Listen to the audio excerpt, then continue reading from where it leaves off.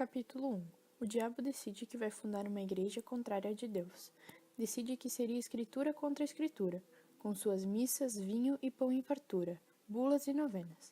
Decidiu que sua igreja seria única. Capítulo 2.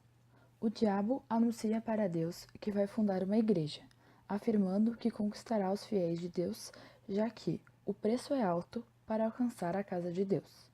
Irritado, Deus expulsa o diabo. Capítulo 3.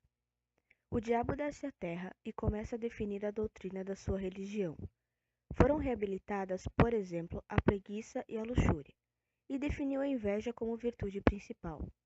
Era permitido vender-se, tanto sangue quanto suas próprias ideias. A solidariedade humana não se fazia mais necessária. Ninguém se importava com o próximo e a única exceção se aplicaria ao amar a mulher do próximo. A indiferença reinava. Capítulo 4. A igreja do diabo foi fundada e ganhou reconhecimento em todo o mundo. O diabo percebeu que os fiéis praticavam preceitos católicos. Ele ficou perplexo e buscou conhecer mais seus seguidores, e vendo tamanha traição, ficou enfurecido e resolveu falar com Deus a fim de saber a causa do ocorrido. Então, Deus explica que o homem é contraditório, que assim que foi imposto a ele que fazer o bem era ruim, o homem resolveu ir contra as regras estabelecidas.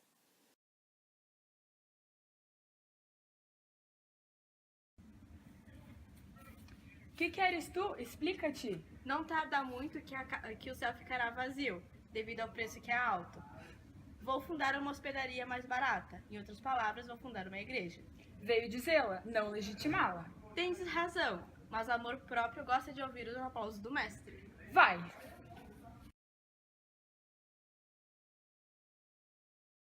O conto mostra a essência humana, marcada pelo conflito entre o bem e o mal, razão e religião. O autor trouxe a realidade da sua época, 1884, na fase realista, mostrando o ser humano como facilmente corruptível e sujeito às influências malignas ou de qualquer espécie.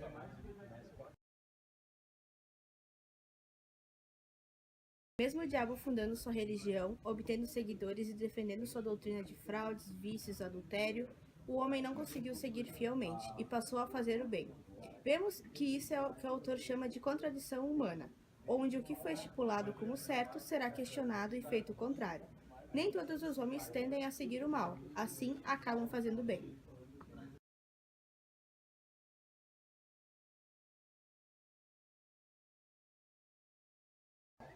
O diabo ter ido ao céu apenas para anunciar a Deus que iria fundar sua igreja, se gabar, afirmando que em breve o céu ficaria vazio, pois seus seguidores iriam para o inferno.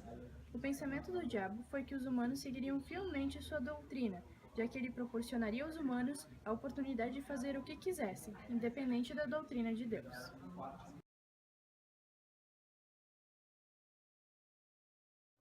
A palavra mirífica significa admirável e foi usada de uma ideia mirífica.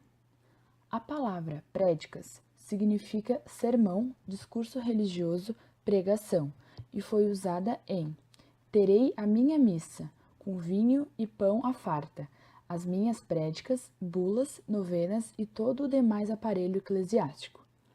A palavra adventício significa que vem por acaso, estrangeiro, e foi usada estou cansado da minha desorganização, do meu reinado casual e adventício. A palavra escárnio, que significa o que é feito ou dito com intenção de provocar riso ou hilariedade acerca de alguém ou de algo, e foi usada o diabo sorriu com certo ar de escárnio e triunfo.